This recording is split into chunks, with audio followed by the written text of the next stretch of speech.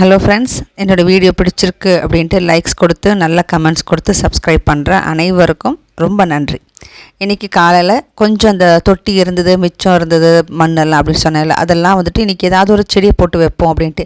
இப்படியே இருந்தால் பால்கனி அப்படியே அடைச்சே கிடக்கு. இந்த தொட்டி, அதுக்கப்புறம் மண், ஏற்கனவே டஸ்ட்பின் பேக்குன்னு எல்லாமே இருக்கும், துணி பேக் அப்படின்ட்டு. ஸோ அதனால் இது மட்டும் கிளியராக பண்ணி வச்சிட்டோன்னா கொஞ்சம் ஸ்பேஸ் கிடைக்கும்ன்ட்டு இருக்கிற கொஞ்சம் உரம் மண் எல்லாத்தையும் போட்டு இன்றைக்கி சங்கு புஷ்பம் எடுத்துகிட்டு வந்தேன். இந்த அப்பார்ட்மெண்ட் தோட்டத்துலேருந்து காஞ்சி போயிருக்கும்ல, அதுதான் விதை. அதை எடுத்துகிட்டு வந்து போட்டு வச்சுருக்கேன். மாடியில் கொண்டு போய் வைக்கணும். கிச்சன் யூட்டிலிட்டி ஸ்பேஸில் வந்து ஒரு சின்ன ஒரு சிங்க்கு, பக்கத்தில் ஒரு மேடை மாதிரி ஒரு மினி கிச்சன் மாதிரி செஞ்சு கொடுக்க சொல்லியிருந்தேன். அதுக்கு எஸ்டிமேஷன் கேட்டிருந்தேன். 20,000 அப்ராக்சிமேட்டாக ஆகும் அப்படின்னு சொல்லியிருந்தாங்க. அந்த 20,000க்கு ஒர்த்தா என்னன்னு சொல்லி இவர்கிட்ட கேட்கணும். அப்படி ஓகே 20,000 ஓகே தான் அப்படின்ட்டு அடுத்த மாதம் வந்துட்டு வேலை செய்ய சொல்லணும். இந்த ஒன்லி நான்வெஜ்ஜுக்கு மட்டும் என்னெல்லாம் நான்வெஜ் சமைக்கிறோமோ அது வந்து அந்த பால்கனியில் வச்சு செஞ்சுக்கலாம் அப்படின்ட்டு. இந்த மெயின் கிச்சனில் வந்து அடுப்பில் வச்சோம் அப்படின்ட்டா ஃபுல்லாக எண்ணெய் ஆகிடும். அப்புறம் மறுபடியும் ஒரு வாரத்துக்கு எப்படியும் 2 தடவை நான்வெஜ் எடுத்துக்கிறேன். அப்போ வந்து ஃபுல்லாகவே க்ளீன் பண்ண வேண்டி வரும். ஏன்னா அதே இதில் தானே சாமிக்கு பூஜைக்கு நைவேத்தியத்துக்கெல்லாம் செய்கிறது. அது நமக்கு சைக்காலஜிக்கலி நமக்கு செட்டே ஆகாது. இதில் பட்டிருக்குமோ, இதில் மீன் எண்ணெய் தெளிச்சிருக்குமோ அப்படின்ட்டு ஃபுல்லாக அந்த மேடை ஃபுல்லாக க்ளீன் பண்ணுவேன். ஸோ அதுக்கு வந்து தனியாக இருக்கிறது பெட்டர் அப்படின்ட்டு கேட்டு வச்சுருக்கேன். இன்றைக்கி வாங்கிட்டு வந்த காயெல்லாம் இவர் பாக்ஸில் போட்டு தான் ஃப்ரிட்ஜில் வைக்கணும் அப்படின்னு சொல்லியிருக்காரு. நான் அந்த வெஜிடபிள் ட்ரே இருக்குல்லையே அதுலேயே வச்சுருவேன். அதுவும் நீட்டாக தான் வைப்பேன். அது வந்து வேண்டாம், இந்த மாதிரி இதில் போட்டு கொடுன்னு சொல்லி இவ்வளோ வாங்கி கொடுத்துருக்காரு. டிமார்ட்லேருந்து நிறைய செட்டு பாக்ஸ்லாம் வாங்கி கொடுத்துருக்காரு. அதில் தான் சரி இப்போ ஒவ்வொன்றா போட்டு வைப்போம் அப்படின்ட்டு. ஆனால் இது ரொம்ப நல்லாயிருக்கும். இந்த மாதிரி நம்ம நிதானமாக உட்காந்து காத்தாட இப்படி உட்காந்து காய்கறியெல்லாம் அப்படி ஆஞ்சி வைக்கிறது அப்படிங்கிறது அது ஒரு ப்ளசண்ட்டாக இருக்கும் பார்க்குறதுக்கு. வீட்டில் சத்தமே இருக்காது. இந்த காய்கறி உரிக்கிற சத்தம் தான் இருக்கும், கட் பண்ணுற சத்தம் இப்படி தான் இருக்கும், இந்த ஒரு ASMR மாதிரி.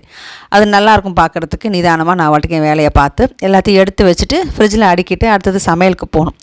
மத்தியான சமையல் வந்து இன்னும் நான் யோசிக்கவே இல்லை, செய்யவே இல்லை. எல்லாேருக்கும் காலையில் பிரேக்ஃபாஸ்ட்டோடு முடிச்சிட்டேன். கையில் கட்டி கொடுத்ததோட சரி. சாப்பாடு இன்றைக்கி வந்து கத்திரிக்காய் சாதம் செஞ்சு கொடுத்ததோட சரி. அதுக்கப்புறம் எங்களுக்கு ஒன்றும் செய்யலை. இனிமேல் தான் வந்து பீர்க்காங்காய் இதெல்லாம் எடுத்து வச்சுருக்கேன். வீட்டில் எல்லோரும் வேலையை கிளம்பிட்டாங்க அப்படின்ட்டா நம்ம மட்டும்தான் நமக்கு பிடிச்ச வேலையை நிறுத்தி நிதானமாக செய்கிறோம். டிவியில் ஒரு பாட்டு போட்டு விட்டுட்டோம் அப்படின்னா அது பாட்டுக்கு ஓடும். இப்போ அப்படி தான் ஒரு பிளேலிஸ்ட் வந்து ஓடிட்டு இருக்குது. ஸோ அது வாட்டுக்கு கேட்டுக்கிட்டே நான் வாட்டுக்கு வேலையை பார்க்குறேன். மதுரையில் எனக்கு ஒரு ஃப்ரெண்டு இருக்குது. அவன் என்கிட்ட கேட்பா, நீ வேலையெல்லாம் முடிச்சிட்ட வீட்டில் அப்படின்ட்டா, அங்கே உனக்கு ஃப்ரெண்ட்ஸ் இருப்பாங்கல்ல, போய் பேசலாம்ல அப்படின்ட்டு. அது எனக்கு சும்மா போய் உட்காந்து பேசுறதுங்கிறது வரமாட்டேங்குது. ஏதாவது ஒரு விஷயம்னா போகிறதோ, இல்லை சமையல் செஞ்சா அப்படின்ட்டா ஏதாவது கொண்டு போய் கொடுக்கறது, நல்லா விசாரிக்க போகிறது, இப்படி போகலாம். அதை எப்பயாவது வேணால் சும்மா போய் உட்காந்து பேசலாம். அடிக்கடிலாம் போய் பேசவும் கூடாது. அது எனக்கு வரல. அதே அவங்க எங்கள் வீட்டுக்கு வந்தாங்க அப்படின்ட்டு அது எனக்கு ரொம்ப பிடிக்கும். ஸோ அந்த மாதிரி தான். நிறைய ஃப்ரெண்ட்ஸ் சர்க்கிள் இல்லாமல் ரொம்ப லிமிட்டடாக ஒருத்தங்க இருக்காங்க அப்படின்ட்டா அவங்க வீக்குன்னு அர்த்தம் கிடையாது, இன்ட்ரோவர்ட்டும் கிடையாது. அவங்க செலக்டிவாக இருக்காங்கன்னு அர்த்தம். அது ஃப்ரெண்ட்ஷிப்பு, நெய்பர் எதுவாக இருந்தாலும் சரி, ரொம்ப செலக்டிவாக தான் இருக்காங்க அப்படின்னு அர்த்தம். எனக்கு ஸ்கூலு, காலேஜு எதுலேயுமே வேலை செய்கிறேன், எதுலேயுமே எனக்கு க்ளோஸ் ஃப்ரெண்ட்ஸ்ன்னு யாருமே கிடையாது. நான் எல்லாருமே வந்து கிளாஸ்மேட்ஸு, ஃப்ரெண்ட்ஸ், அவ்வளோதான். அது யார் என்கிட்ட பேசினாலும் சரி, எல்லோரும் ஃப்ரெண்ட்ஸ் தான். க்ளோஸ் ஃப்ரெண்ட்ஸு, ரொம்ப நல்லா பழகணும் அப்படி அந்த மாதிரி இது வரைக்குமே நான் வந்துட்டு அந்த மாதிரி நினைக்கவே இல்லை யாரையுமே. இந்த மாதிரி இருந்துட்டோம் அப்படின்ட்டா நமக்கு யார்கிட்டையுமே எந்த பிரச்சனையுமே வராது.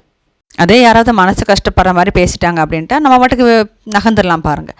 யாராவது ஒன்ஸ் ஆர் ட்வைஸ் நம்ம எக்ஸ்கியூஸ் கொடுக்கலாம், நம்மளை ஹர்ட் பண்ணுறாங்க அப்படின்ட்டா 3ஆவது தடவை திருப்பி கொடுத்துடணும். அவங்களுக்கு வந்து புரிய வச்சிடணும் நீ செஞ்சது தப்பு அப்படின்ட்டு. அப்புறம் நம்ம நகர்ந்துடணும். அதுதான் என்னோடய பிரின்சிபல். இன்றைக்கி 2 இந்த கிச்சன் ரேக்கெல்லாம் கொஞ்சம் இன்றைக்கி க்ளீனிங்கில் கிச்சன் ரேக்கெல்லாம் க்ளீன் பண்ணி எடுத்து வச்சுருக்கேன். புளியை கரைச்சி வச்சுருக்கேன். புளியை காய்ச்சல் பண்ணலாம். அதுக்கப்புறம் பூண்டு கருவேப்பிலை குழம்பு பண்ணலாம் அப்படின்னு சொல்லிட்டு அதுக்குள்ளே நேற்று ரெசிபி நான் போட்டிருந்தேன். இது நேற்று வீடியோ, இன்றைக்கி நான் எடிட் பண்ணது. ஸோ அவ்வளோதான். இந்த வீடியோ உங்களுக்கு பிடிச்சிருக்கும். Like and subscribe. தேங்க்யூ.